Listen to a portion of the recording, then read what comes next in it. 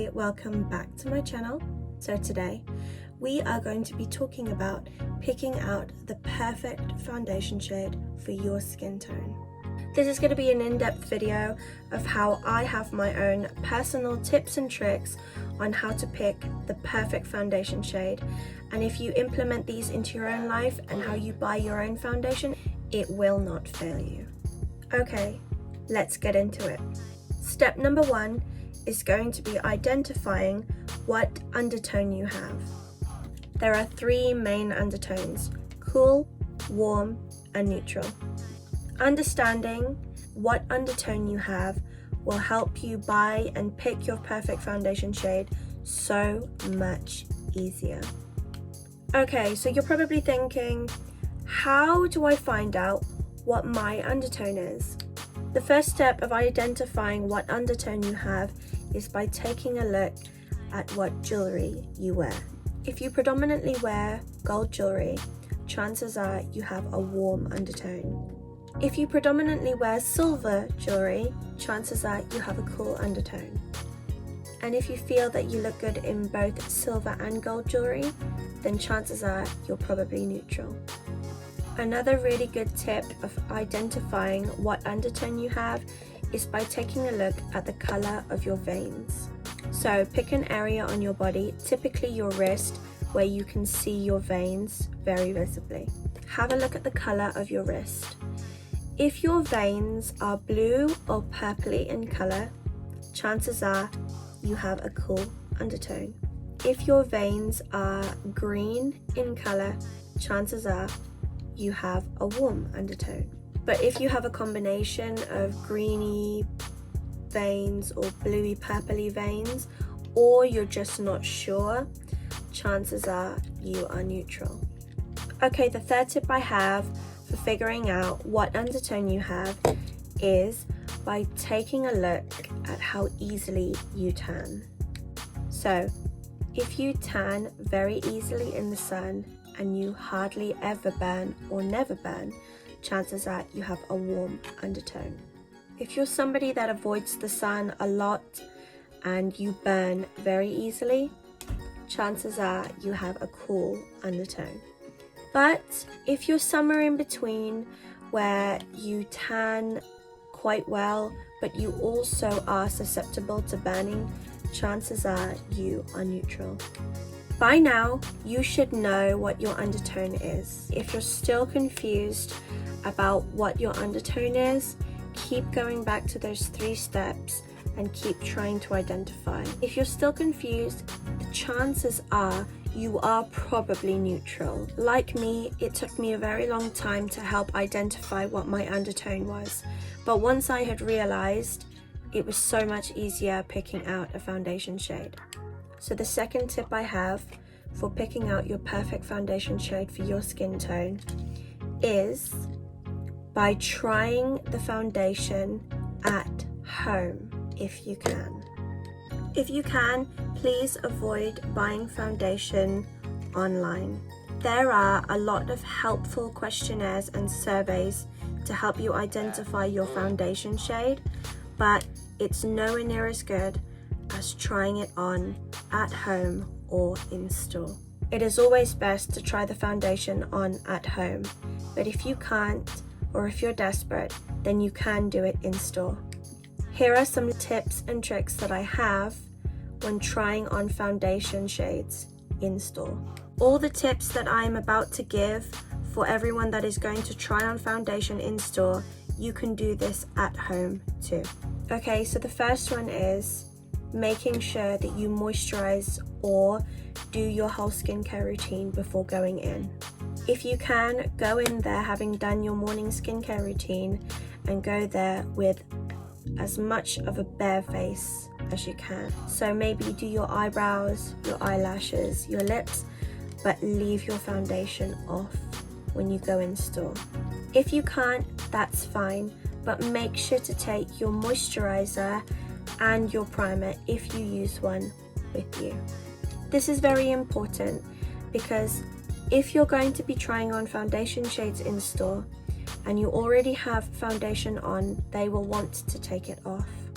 And that's fine for them to take it off the side of your face, like your neck and jaw area, but you need to make sure that before you try on the foundation that you moisturize and prime, if you do normally, before you start.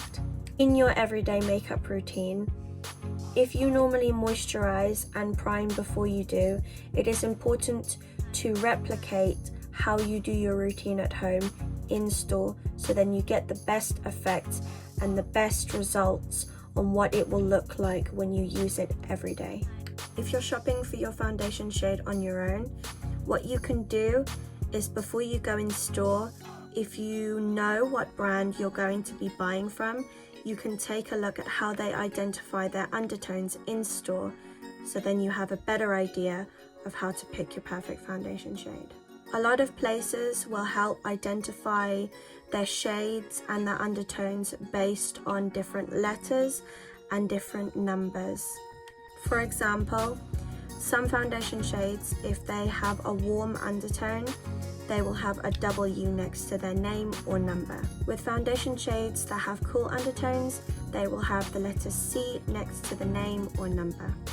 And of course, with neutral foundation shades, they will have an N next to the name or number. The next tip that I have is making sure that you take your tool with you. Now, what do I mean by tool?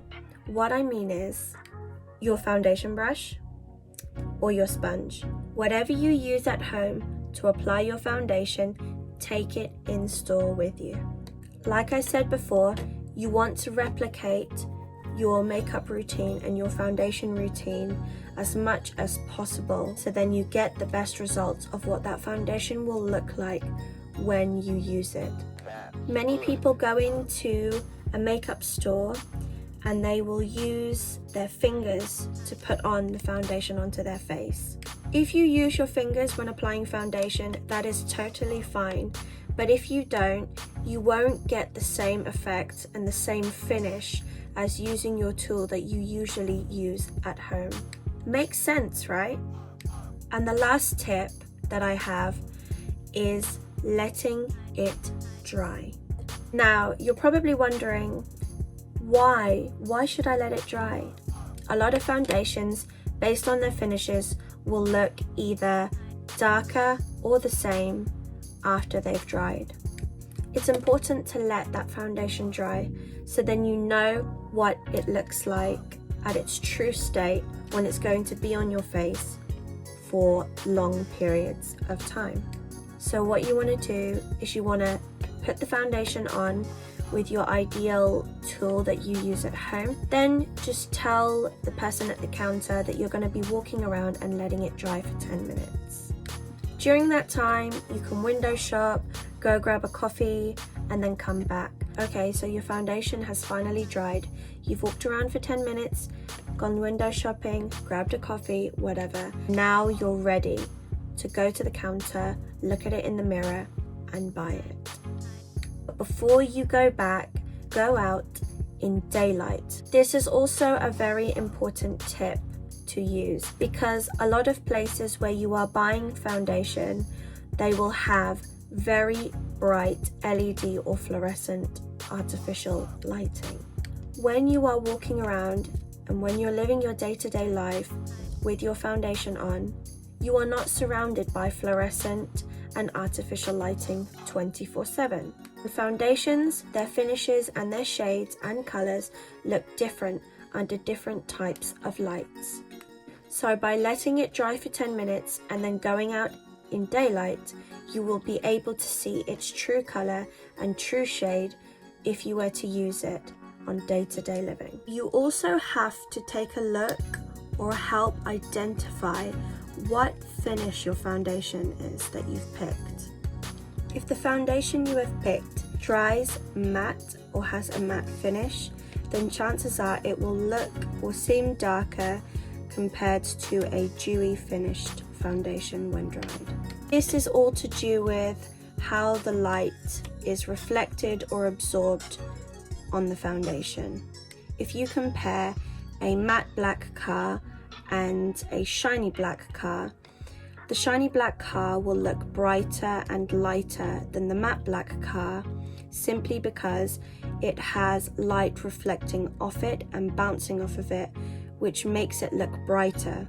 Whereas the matte black car will look darker because all of the light that is hitting it, it is absorbing rather than reflecting or bouncing off the surface. It may sound a little technical, but it's all very simple, because once you understand what finish your foundation is, it will also help you identify whether it will just dry darker or it will dry fairly the same color as when it was wet. Okay, so what about the foundation I have at home that I'm not able to use, or I'm reluctant to use because it is a completely different shade or color to what I am? Maybe it's too dark, or too yellow, or too pink, or too orange. Whatever the case may be, there are a lot of brands out there now that have things called adjusting color drops. And what these are just liquid forms of pigment that you can add to your foundation to help adjust it to your shade and your skin tone. These really do come in handy when you're desperately trying to use the foundation that you have bought and you're not willing to use because it's too dark or too light or whatever, and you don't want to waste it because you have spent a lot of money on it. Spending the money on a foundation that is completely the wrong shade or color is annoying, to say the least. We don't want to be spending our money on the wrong foundation shade because it's going to go to waste. It's either that or it's just a little bit of a nuisance. So next time when you're thinking about throwing away that foundation that doesn't suit your skin tone or your shade, think about getting color adjuster drops, and then once you've finished, you can go ahead and use my tips and tricks to find your perfect foundation shade. Okay everybody, thank you for watching today's video.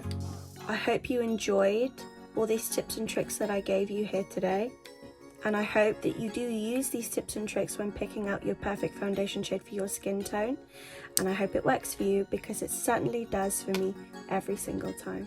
Don't forget to like, subscribe, turn your post notifications on if you want to be notified when I next post, and don't forget to leave a comment down below and tell me what you thought. If you're not already, follow my social media. It's @PrincessaLifts on Instagram, Snapchat and Twitter. If you have any more tips and tricks that I haven't mentioned in this video, please leave it down below. I would love to hear your thoughts. I hope you have a great day, evening, afternoon, wherever you are, and I'll see you in my next one. Bye!